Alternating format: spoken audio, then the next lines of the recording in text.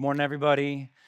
My name is Josh. I am one of the pastors here. So glad that you've joined us this weekend to worship the King, to sit under his word, and to be more conformed into the image of Jesus, which I hope is a step that each of us takes before we go out that back door. We emerge from this place just a little bit more like Jesus. This past week, I heard of a man named Elie Wiesel, who was 16 years old when the Nazis took him. Throw a picture of him up on screen for you. He survived Auschwitz, and he went on to win the Nobel Peace Prize, spending the rest of his life writing about the horrific things that he saw and experienced there in that camp, so that the world would not forget what had happened. But there was one night in particular that he could never quite shake. Two adults and a child, a boy maybe like 12 years old, they had been caught in the camp holding some weapons and some guns. The sentence for them being found with these things was death. So Wiesel describes the boy's face as refined. He said it was beautiful, unlike the gaunt and drawn and hollowed faces of all the other prisoners there. He said it looked like the face of a sad angel. The guards built 3 gallows. All the prisoners were forced to line up and watch what was happening to these 3 folks. The 2 adults climbed up into the chairs, as did the child, and the nooses went around their necks. The 2 adults cried out, "Long live liberty!" staunch in their positions. The boy said nothing. He went quietly. And then Wiesel says, from somewhere in the rows behind him, a voice broke through and said, "Where is God? Where is God?" The chairs tipped, the bodies dropped and jerked and went still.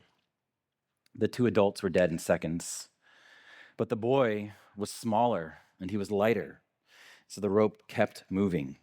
It kept twitching. For 30 minutes, that child hung there between life and death, while hundreds of prisoners were forced to stand there and stare at what was going on in front of them.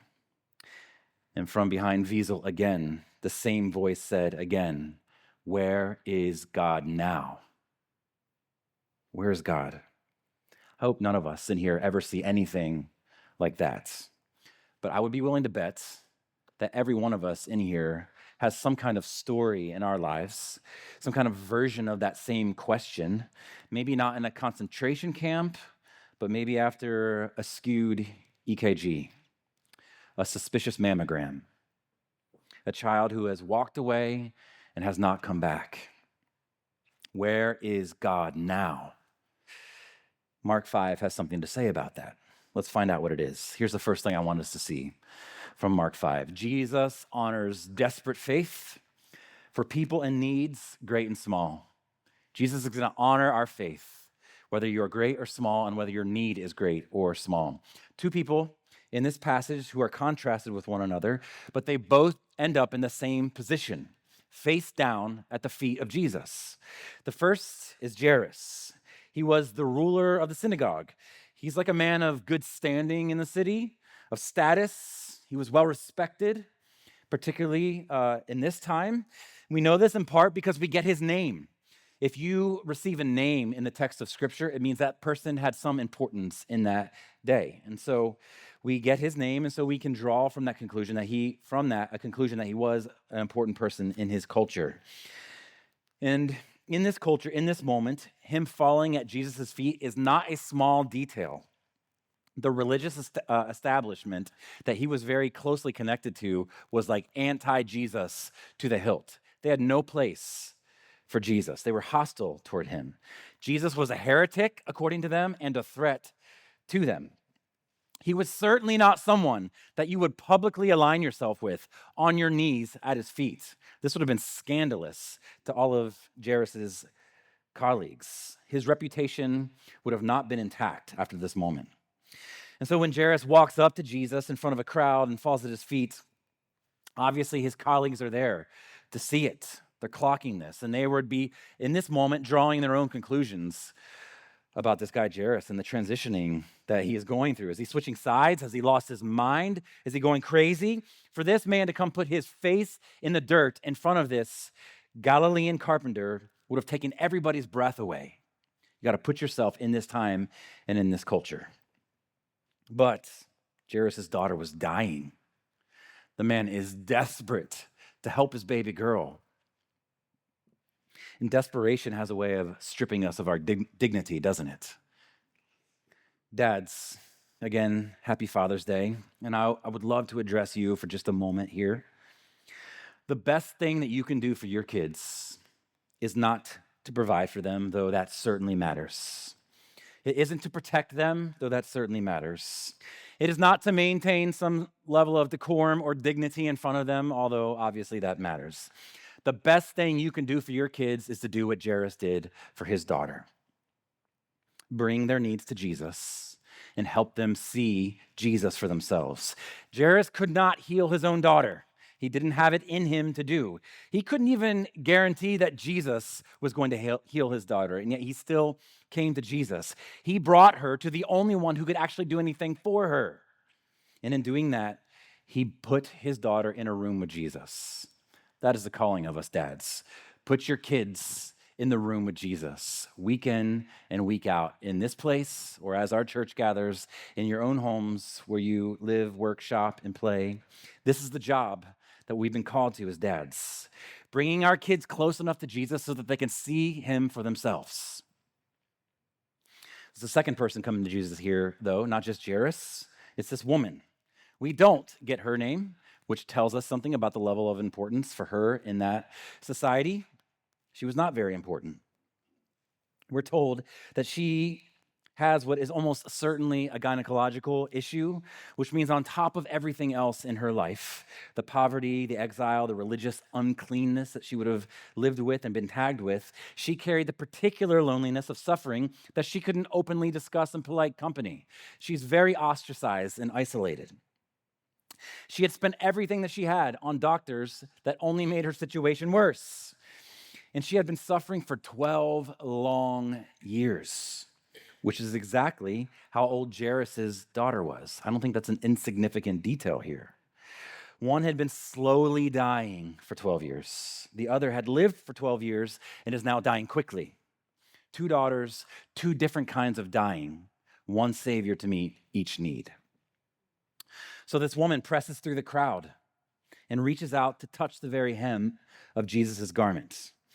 And when Jesus stops and asks who touched him, she comes forward and she's afraid. She's scared that Jesus is going to know that she has made him unclean by touching him and coming in proximity to him. She bows, though, before him, and she tells him her whole life story. She tells him the truth. And so we've got two people here coming to Jesus again. One has everything he needs and wants except for a healthy daughter. The other has nothing at all and is just desperate for Jesus to step in. Look at the difference in what they're carrying. Jairus' situation is dire. It's desperate in a way that this woman's is not. His daughter is dying, and there's nothing more serious than that. I'd rather die than watch my child die, right? There is nothing more serious than what this man is going through. The woman's situation is bad, it's painful, it's humiliating, it's exhausting, but it isn't going to kill her. By any honest measure, his need would outrank her need if you put them on scales. But they arrive at the same place to the same person at the feet of Jesus with the same kind of posture, desperate, undone, out of options, and completely dependent on Jesus. He does not rank their needs in this moment. He doesn't kind of filter them by status, who has the name and who doesn't have the name. He stops for the dying daughter and for the woman who's simply suffering, which raised an honest question for me this last week as I wrestled with this text. If Jesus does not rank our needs, why do we rank needs?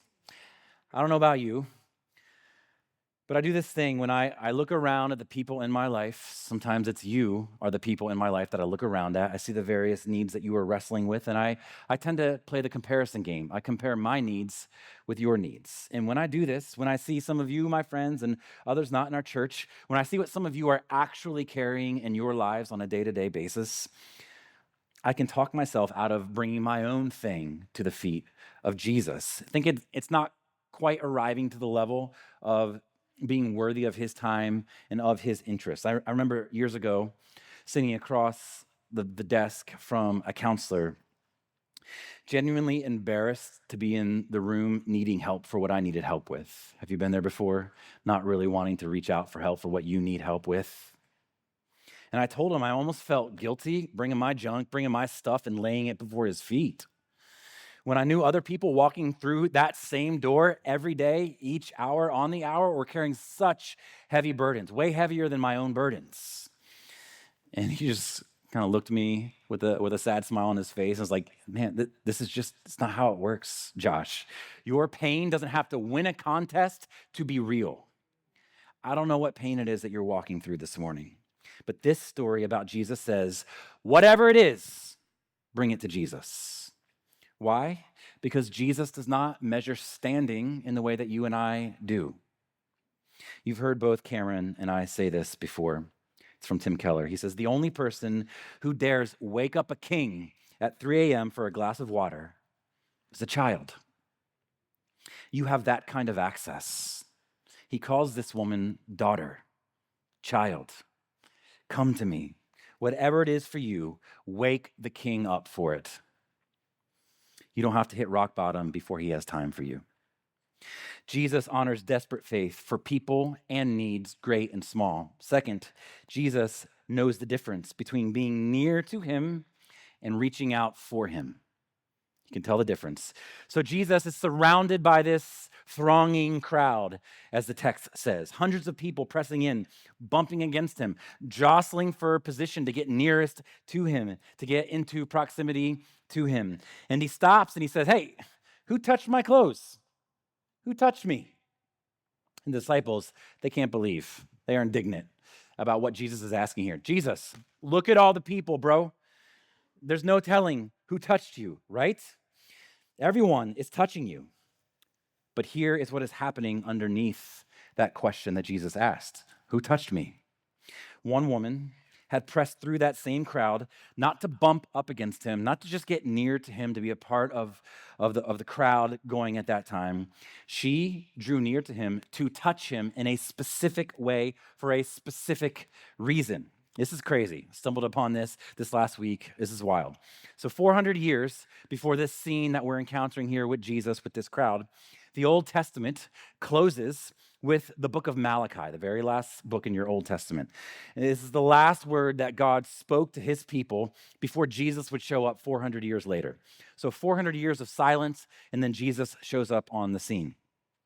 In those final verses, 400 years before Jesus shows up in Malachi, he prophesies about the coming Messiah. Here's what he says. He says, behold, I will send you the prophet, and he will turn the hearts of the fathers to their children, and the hearts of the children to their fathers. And for you who fear my name, the Son of Righteousness shall rise with healing in its wings. So you've got these hundreds of years that pass between those words I just read and then the showing up of Jesus. Not a peep from God, just that promise about this Messiah coming who's going to rise up with healing in his wings. It's just hanging there for hundreds of years. And then Jesus shows up. And what is Jesus but a teacher? A rabbi. And rabbis in those days wore robes with fringe tassels along the edge. In Hebrew, the word for those tassels was kaf, K-A-F, kaf, the fringe of his garment. The kaf, the wings, as it were, is another word for them. And I think she knew exactly what she was doing when she was reaching out to touch that kaf, the wings, the fringe of Jesus' garment. I think she believed in that moment, pressing through that crowd, that this guy was it. This was the Messiah who was coming with healing in his wings, in those tassels, and nothing magical about the tassels. It wasn't her touch that saved her. It was her faith. Jesus makes this clear. But there is something about her reading this text hundreds of years old and seeing the fulfillment in this man, Jesus. She believed that if Malachi was right, and this was the one, then healing was definitely coming in the fringe of that robe. And she just had to get close enough to touch it, get in proximity to Jesus for him to heal her. And so Mark tells us that she touched the wings. And she felt it before anyone else knew that anything had happened. The thing that had defined her existence for the past 12 years was gone in a moment. Dried up, it says. And Jesus felt it too. Mark tells us that the moment she touched him, Jesus somehow sensed that power had gone out of him. I don't know what it looked like or what it sounded like, but he felt it leave. Something changed. In a crowd of hundreds passing and jostling around him and against him on every side, he felt the difference between a bump of a shoulder and the reach of faith. He could sense a difference. Lots of people touching him, one person touching with the touch of faith. And he stops because he senses the difference as the power goes out of him. And then when she comes forward and falls at his feet, she's trembling, she's terrified, she's scared about telling him the reality that he is now unclean because she has touched him. She still, nevertheless, comes forward, and he looks at her, and he says one word before he says anything else. Daughter. Family. Just feel that word for a second in the shoes of this woman. After 12 years of being called unclean, not being allowed entrance into the temple at all, of being that person that people cross to the other side of the street for because they didn't want to interact with you or come anywhere near you, that person who has suffered under this for many, many years is now being told she is the king of the universe's daughter. He said, daughter. It's like the way I say, baby girl, to my little girl. When she's going through something, she's afraid of something, scared of something, and I just want her to feel safe. I want her to know that I'm here for her and I'm not going anywhere. That's like the emotion that is coming through in this moment from Jesus to this woman. She came to him as an outcast and she left as his child. This same transition from outcast to child is available to any of us in this room, or if you're watching online, any of us watching online. That transition from outcast to child is available, but not all of us in here have experienced that. The difference is not complicated. It is not about how long you have been coming to church, or how much you know about the Bible, or how clean your life looks like from the outside. It is simply about whether or not you have done what this woman did, reached out to Jesus in faith, not just stood nearby to Jesus, in proximity to Jesus. Being in proximity to Jesus did not make people in that crowd his true followers. They bumped up against him. They were very near to him, but they did not receive the healing through faith. Being near to him just meant that they were breathing the same air as him. It did not mean that they were true followers of Jesus. In the same way, sitting in this crowd, whether it's here, out of the beach last week, or at Sandler Center for most of the rest of this year, being in proximity to Jesus does not make you a Christian any more than it did those disciples who were jostling for position there in this scene. It just means that you're breathing the same air as other people who are reaching out to Jesus in faith. Jesus is not interested in our proximity to Christian things. He is interested in your faith and in your surrender to him as Lord. The crowd pressed against him. Only one person reached out to him, and this is the one he stopped for. And he'll stop for you too. If you've never come to Jesus in faith, maybe today is that day. Would you allow today to be that day? If you got questions about that, we've got prayer team members that would love to sit with you and explain what faith in Jesus looks like and what it means for your life, not only on this side of death, but on the other side of death as well. It would be a privilege to speak with you about that. Third thing we see about Jesus here, first, he honors desperate faith. He also knows the difference between being in proximity to him and reaching out to faith in him. And third and finally today, sometimes Jesus delays to deepen our belief. He delays longer than we want to deepen our belief in him. So, cut from this scene with this woman that Jesus is hanging out with and healing, and put yourself now in Jairus' shoes, who's still standing right here. Like, he comes to Jesus first, Jesus pauses, helps this lady, and now poor Jairus is still standing here, watching this whole thing go down. Meanwhile, the clock is ticking, right? He knows his daughter is back home and getting ready to pass. He just needs Jesus to get there before it happens so that Jesus can heal his baby girl. He has just done the most humiliating and desperate thing he's ever done in his life, cast himself down at the feet of Jesus in a crowd that knows his name and knows his title and knows that he's probably going to lose his job because of this. And it worked. Jesus said yes, he's going to come with him to his house and heal his little girl. You are walking toward your home if you're Jairus, and every second counts, right? You got to get there in time. And that's when Jesus decides to stop and engage with this woman and help her hear her whole story about these 12 years that she's been isolated because of her disease. And if you're Jairus, you got to be thinking, are you kidding me right now, Jesus? Do you know what's at stake? Come back and heal this lady. She ain't about to die. My baby girl back home is. Help me. My daughter is at death's door, and you are stopping to have a conversation with this disgusting woman. What gives? This is from his perspective, not from mine, okay? And while he is still speaking, something so tragic comes. One of his servants, still mid-sentence, messengers arrive from his house, and they say, your daughter is dead. Don't trouble the teacher any further. He can't do anything now. She's passed. But Jesus turns to Jairus and he says, do not be afraid, only believe. When they arrive at the house, the professional mourners are in full cry. In this day, they actually hired people to make a ruckus and be really loud and cry and play flutes and music. Today, at our funerals, it's often very somber and quiet. I don't know which is better, letting it all out. Maybe we'd be better off at our funerals if we just let it out, but we tend to be, I don't know which is better. In any case, in this day, the way that they mourned was through loud grieving and hiring people to grieve in their place and with them. And the people that have been hired are standing there outside the house in a cloud of grief and sadness. And Jesus walks in and tells them that the child is not dead. She's not dead. She's just asleep. And they laugh at him.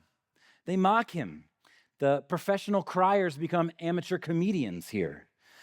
And so what does Jesus do? He says, all right, I can see you guys aren't jiving with this. I want you to go outside.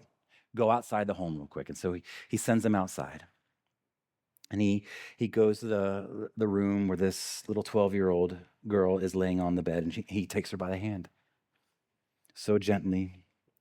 And this is the second time in about the space of an hour where Jesus himself has become ceremonially unclean. First the bleeding woman, and now a corpse. You're not supposed to touch either of those things in Jewish custom. But he touches both of them without hesitation. And then he speaks to her the way that you would speak to a child that you love with such tenderness. Talitha kumi, little girl. Or sometimes it's translated little lamb. Just like the gentle heart there of Jesus. Little lamb, I say to you, arise. Can you put yourself in that room in that moment? The room is like dead quiet and still. Every eye fixed on that little motionless body. Every heart has got to be pounding at least a little bit. They've heard legend of this Jesus figure. Can he really do this? We thought maybe he could heal, but this girl's dead. There's no pulse. There's no breath. The parents are holding each other, I imagine. Peter, James, and John in the room there with Jesus are holding their breath. Nobody moves. Nobody speaks. And then her little eyes flutter. And they open up. And they probably find the face of Jesus first. And then she looks around the room. She finds her daddy and her mommy. Her chest rises. Lungs that have been silent fill with air for the first time since she passed a few hours back. Color floods back into her cheeks.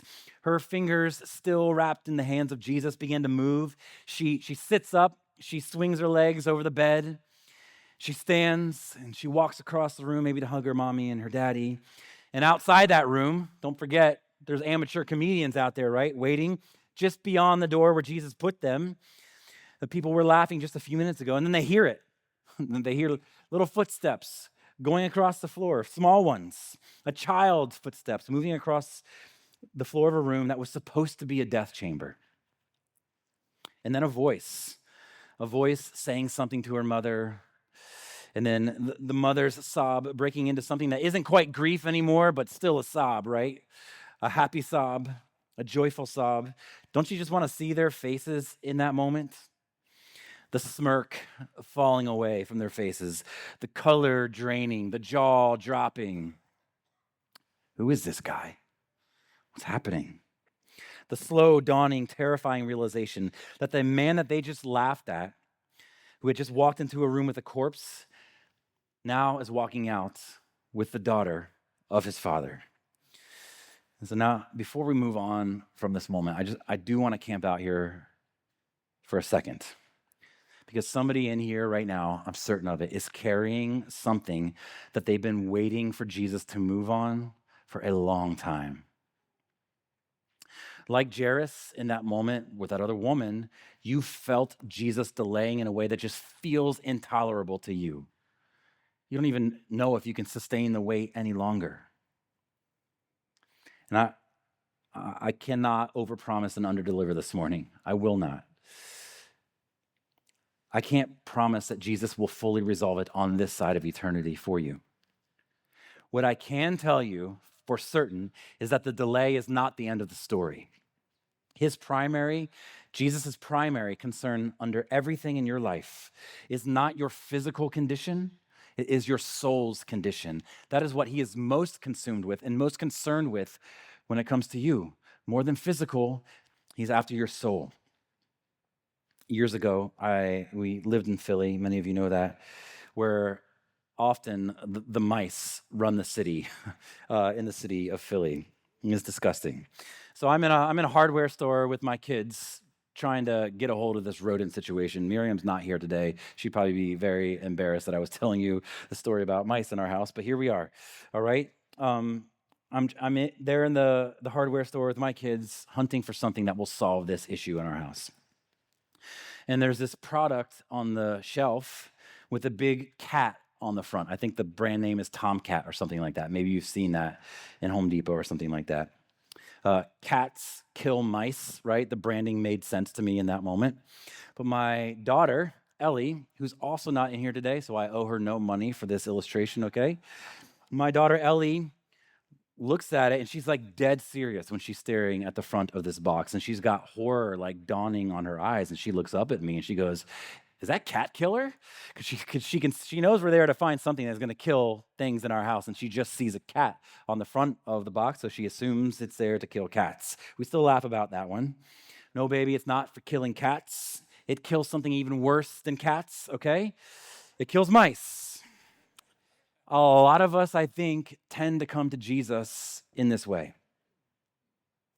We hand him the label and assume that we know what he's present to kill in our lives. He's the cancer killer. He's the bank account problem killer. He's the addiction killer. And Jesus looks at that label that we handed him and goes, "Nope. It's not really what I'm here for. I care about those things." Sometimes he does step in and help us with those things. He's not just the cancer killer. He's actually the death killer. Again, I don't mean that he doesn't care about those things. He does, but he has concerns that are bigger than cats, bigger than cancer. He came to kill the thing underneath all of those things. That is his primary concern. Now, after the most stunning miracle anyone in that room had ever witnessed, Jesus tells them to do something crazy. He says, "All right, guys, I'm going to need you to keep this between us. Do not tell anyone what I just did." It's called, in like theological circles, the messianic secret. We've touched on it a few times here and there during our study of Mark. The messianic secret, the secret about the Messiah. Jesus tells them to keep it under wraps. But keeping this a secret seems backwards, doesn't it? Isn't he the savior of the world? Shouldn't we be telling everyone that he just raised a little girl from the dead? This is exactly the moment that you would expect him to call those amateur comedians back into the home and be like, "Yo, look what I just did. This is what I'm here for. I'm here to save bodies and souls. Let me tell you who I really am, God in the flesh." Just go back just a few verses. And Jesus, we covered this 2 weeks ago, Jesus has just freed a man from a legion of demons that were tormenting him. He's cutting himself up with rocks. He's living in a cemetery. He's in really rough shape. And Jesus dismisses those demons from his life. And then he says the exact opposite of what he says here. He says, "Go home, tell your friends, tell your family all that I've done. Tell the city. I want them to know who I am and what I've done." Why the conflicting instructions? One says, go public and spread the word. One chapter later, after a resurrection, an even better, more impressive miracle, silence. Don't tell anyone what just happened. Here's what that did for me this week. This inconsistency actually firmed up my faith in God's word. Here's why. If you were making this story up, you would never write it this way. You would clean up the inconsistency in the story. Either he wants the word out or he doesn't want the word out. Pick one. Why does he have different strategies in different places? Nobody invents a hero who hides his biggest win. You'd only record this if it was actually true. And you would only do it if the man that you're writing about was playing chess while everybody else is playing checkers. I want to explain to you what I mean by that.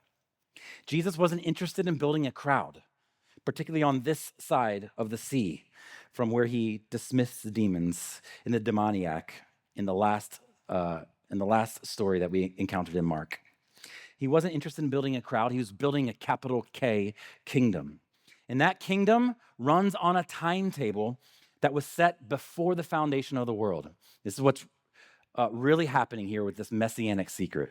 Jesus has a timetable that he's running on that has been set before the earth was even created. Take just one example.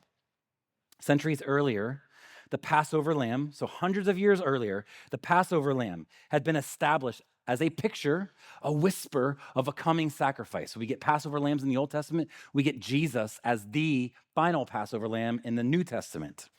Jesus was here to fulfill that picture precisely and exactly, dying at the precise moment of the Passover feast in Jerusalem, when the whole nation was gathered and the lambs were being slaughtered in the temple. And so rewind a couple of years back into the scene. So it's 3 years before Jesus is hanging on the cross, right? Rewind back to the scene that we're covering in this girl's bedroom right now. If resurrection word got out that Jesus had raised this little girl from the dead, and the crowd pressed in even harder, and the religious leaders moved in on him too early, it would accelerate the death of Jesus, and he dies too early, and it turns off the whole timeline that has been set before all of eternity. And that's one prophecy. Jesus died at the exact moment that he was designed to die before all of eternity, before a human being ever set foot on the planet. And so sometimes Jesus delays to deepen our belief because his delay in this moment to get the word out about what his true identity was actually designed to delay the time of his death to the exact moment that he had been designed to die for all of eternity. That's just one prophecy. There are dozens more like it, each one written centuries in advance, each one requiring its own precise moment to land. Blow the timing on any one of them and the whole tapestry just fades away. Jesus is not a man just riding the waves of fame. He is a sovereign threading the needle from the other side of eternity. The messianic secret is not Jesus hiding. It is Jesus sovereign, making and moving with a precision and a patience that looks from the outside like delay and missed opportunity, and turns out every single time Jesus' delay turns out to be the most carefully laid plan in the history of the world. So he says, tell no one. And we have to be honest for a second about what this tell no one cost other families in the region. Think about this. Jesus could not afford to be called to every funeral in the region, right? If word about this gets out, he's invited to every single funeral. Do for us what you did for them, right? But he cannot afford to be distracted from his kingdom work, the teaching he had to do, which means some other little girl that day did not get raised from the dead. Not because Jesus couldn't do it, because he was protecting something that would ultimately defeat death forever, his own crucifixion. So some other father, put yourself in his shoes, walked home without his daughter on that same day. One family rejoicing, another family grieving. That is hard to sit with as Christians. I'm not going to pretend like it's not hard to sit with, but I want to show you what it looks like if you do actually learn to sit with it, to receive the sovereignty of God over your suffering without demanding that he explain himself. A few weeks ago, I was watching an interview with a guy named Ben Sass. He is the former senator from Nebraska, former president of the University of Florida. If you know, you know. Last fall, he was diagnosed with very grim disease, pancreatic cancer. He's not expected to live more than a few months. He sat down with Ross Douthat in an interview. It's up on YouTube. I would highly recommend you checking this out on YouTube, listening to it, watching it. Fair warning, the treatment has been very brutal for him. It is not for the faint of heart. So if you just want to listen and not watch, that may be for you if you've got a sensitive stomach. But near the end, the interviewer, Douthat, he asks him, are you ever angry at God? Ben Sass smiled and he says no, and he says this: I wouldn't want a sovereign God to defer to all of my prayers with a yes. I'm not omniscient. I don't know what the weaving together of the tapestry of full redemption should look like, but I know that the suffering I'm going through is a benefit because it is a winnowing, and I am filled with dross.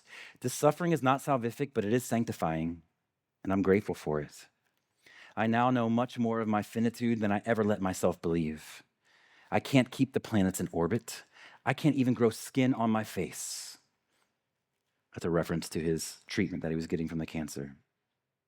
My soul thinks Ben Sass should be God, and I want that to die. Cancer sucks, but I'm pretty grateful that cancer is a stake against my delusional self-idolatry. My soul thinks Ben Sass should be God. Whew. Most of us live that out quietly every day. The unspoken conviction that God should defer to our timeline. Fix this in the way that we want it fixed, and do it now. But what Sass found on the other side of suffering, that conviction was not despair. It was freedom. This is the invitation in this passage, to find freedom in surrender. Not to just fall at Jesus' feet when you're desperate enough, but to stay there at Jesus' feet and surrender to Jesus. Open your hands, open up your timeline, your plan, even when it costs me something, is where I'm going to keep going. I'm going to keep staying. I don't have an answer for every delay you're encountering right now in your life. I don't fully know why some prayers get answered the way Jairus' did and others don't. But I do know this: the same Jesus who let the clock run out on Jairus' daughter, who let her die before he got there, is the Jesus who walked into that room and called her back to life. He has earned the right to be trusted with what does not yet make sense to you in this moment. So whatever it is that you're waiting on right now, however long it's been, however much it hurts in this moment right now, however little sense the timing makes to you, you can trust Jesus with it. What other option do you have? Not because the pain isn't real, I know it is, but because he has proven over and over and over again that delay is never abandonment. Delay is never indifference. It is Jesus working something out that you can't see. Let's pull this to a close. If the band wants to join me up here, that'd be great. You know, we started this morning with a question: where is God now? Maybe you feel that in your own story. Mark 5 has been answering pieces of that question, though probably not fully satisfactorily to us, but it's been answering pieces of that question all morning. Jesus is in the crowd, feeling the difference between the press of 1,000 bodies and the trembling touch of one desperate, faith-filled woman. He is walking toward a dead girl's house and saying, "Do not be afraid, only believe." And then he says, "The child is not dead. She's only sleeping." And they laugh at him when he says this. They know what death looks like. There was no pulse. There was no breath. They are not Neanderthals. They know death when they see it. But Jesus wasn't wrong. He just looked at death from a different vantage point than you and I do. From where Jesus stands, death is like a beautiful Sunday afternoon nap, the best kind there are. You close your eyes here and you open them there in the presence of the living God, more alive than you've ever been. So before we come to this table together this morning, here's one question I want to leave you with, the so what moment of this morning. There was a crowd that morning, hundreds of people, close enough to touch Jesus, close enough to feel his presence, close enough to hear the sound of his voice, close enough to say they were there in the presence of the superstar. And not one of them walked away changed like this other woman.